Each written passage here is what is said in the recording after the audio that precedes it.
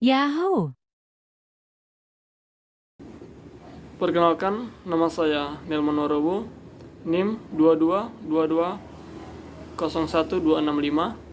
mata kuliah Bahasa Indonesia. Di sini saya akan menjelaskan tentang ada dua bagian. Yang pertama tentang kaidah pemakaian huruf, dan yang kedua kaidah kata atau konsep dasar kata. Baik, langsung saja kita masuk pada judul kaidah pemakaian huruf. Bagian A-nya huruf abjad. Abjad yang dipakai dalam ejaan bahasa Indonesia terdiri atas 26 huruf berikut. Huruf abjad kapital dari A sampai Z itu dengan huruf kapital atau huruf besar. Jika huruf non kapital ditulis dengan A kecil. Dan cara penulisannya seperti begini. Huruf abjad. Abjad yang dipakai dalam ejaan bahasa Indonesia terdiri dari 26 huruf berikut. Huruf kapital A sampai Z dengan huruf besar, sedangkan non kapital A sampai Z huruf kecil, dan cara pengucapannya ada seperti di tabel ini. Baik, sekarang kita masuk pada bagian B, huruf vokal. Huruf yang melambangkan vokal dalam bahasa Indonesia terdiri atas 5 huruf, yaitu A, E, I, O, dan U. Contoh pemakaian huruf kata ini, posisi awal adalah contohnya seperti A. Bisa contoh awal api. Posisi tengahnya bisa padi, dan posisi akhirnya lusa, di mana bagian A ada pertama, ada tengah, ada posisi akhir. Begitu juga dengan E. Contohnya enak, petak, sore. Itu ada setiap posisinya ada huruf E di bagian awal, tengah, dan akhir. Dan itu juga dengan E, M, dan seterusnya. Dan sekarang kita masuk pada huruf konsonan. Huruf konsonan adalah huruf yang melambangkan konsonan dalam bahasa Indonesia terdiri dari 21 huruf, yaitu A, yaitu B, C, D, F, G, H, J, K, L, M, N, P, Q, R, S, T, U, V, W, X, Y, dan Z. Di sini ada posisi dalam contoh pemakaian dalam kata. B, bahasa. Posisi tengah sebut. Posisi akhir adem. Dan C, cakap, kaca. D, dua, ada, abad. F, fakir, kafan, maaf. G, guna, tiga, gudeng. H, hari, saham, tua. Di sini semua sudah dirangkai. Dari posisi awal pasti ada huruf H atau posisi huruf yang sudah ditentukan. Sekarang kita masuk pada bagian D, yaitu huruf diflong. Di dalam bahasa Indonesia terdapat 4 diflong yang dilambangkan dengan gabungan huruf vokal I, AU, E. Di mana contoh dalam pemakaian ini, posisi awal kita lihat I, aileron. Posisi tengah balairung.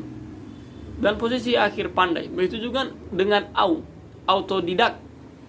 Taufik, harimau. Begitu juga dengan E, gendom, geser, dan survei.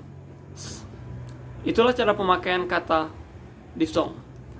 Dan bagian E-nya adalah gabungan huruf konsonan. Gabungan huruf konsonan KH, NG, NY, dan SY masing-masing melambangkan suatu bunyi. Contoh pemakaian dalam kata. Posisi awal adalah KH. Bisa digabung dengan khusus, posisi tengah, akhir, dan posisi akhir tarik. Begitu juga dengan NG atau ngarai. Posisi tengah bangun, posisi akhir senang. Begitu juga dengan NY, nyata, banyak. Begitu juga dengan SY, syarat, musyawarah, dan akhir arasik. Sekarang bagian F, ada huruf kapital. Yang pertama adalah huruf kapital dipakai sebagai huruf pertama awal kalimat, misalnya apa maksudnya. 2. Huruf kapital dipakai sebagai huruf pertama unsur nama orang, termasuk julukan, misalnya Amir Hamzah. Bisa juga Nelman Warowo, seperti begitu. Dan catatan, huruf kapital tidak dipakai sebagai huruf pertama nama orang yang merupakan nama jenis atau satuan ukuran, misalnya ikan mujair. Huruf kapital tidak dipakai untuk menuliskan huruf pertama kata yang bermakna atau dari anak dari, seperti bin, banti, boru, dan fan, atau huruf pertama kata tugas, misalnya Abdurrahman bin Zaidin. Yang ketiga adalah huruf kapital dipakai pada awal kalimat dalam petikan langsung, misalnya adik bertanya kapan kita pulang. Huruf kapital juga sebagai huruf pertama nama geografis, misalnya Jakarta, Asia Tenggara, Pulau Miangas. Itulah kegunaan huruf kapital.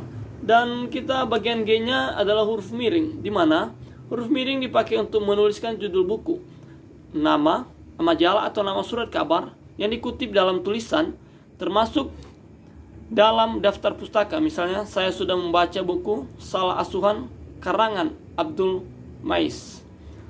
Begitu juga huruf miring dipakai untuk menegaskan untuk mengkhususkan kalimat. Huruf kapital dapat terakhir kata abad atau dikelompokkan dalam kata-kata. Dan bagian H, huruf tebal. Huruf tebal dipakai untuk menegaskan suatu huruf yang miring atau suatu kalimat yang penting. Huruf kapital tebal dapat dipakai untuk karangan seperti judul buku, bab, dan atau sub. Begitulah cara kaidah pemakaian huruf. Sekarang kita masuk pada bab kedua, yaitu kaidah kata atau konsep dasar kata.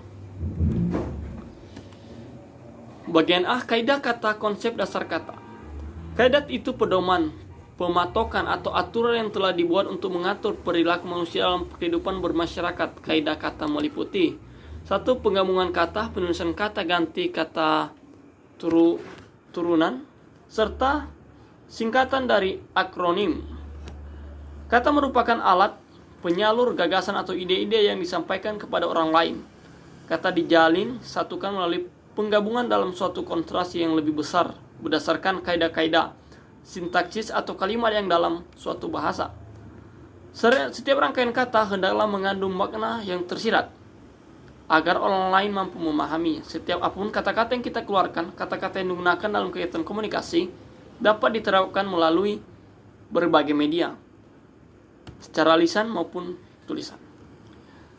Gabungan kata atau kata majemuk. Kata majemuk ini adalah gabungan antara kata bentuk terikat dengan kata dasar. Contoh orang tua, ibu kota, sepak bola. Kata ganti. Kata ganti adalah jenis kata yang menggantikan nomina atau kata ganti digunakan sebagai penunjuk lokasi atau suatu benda. Contohnya ku, kau, mu, dan engkau. Ketidakjujuran tidak kusukai. Itulah contohnya. Kedua, ketidakjujuran tidak aku sukai. Aku tahu bukan itu milikmu.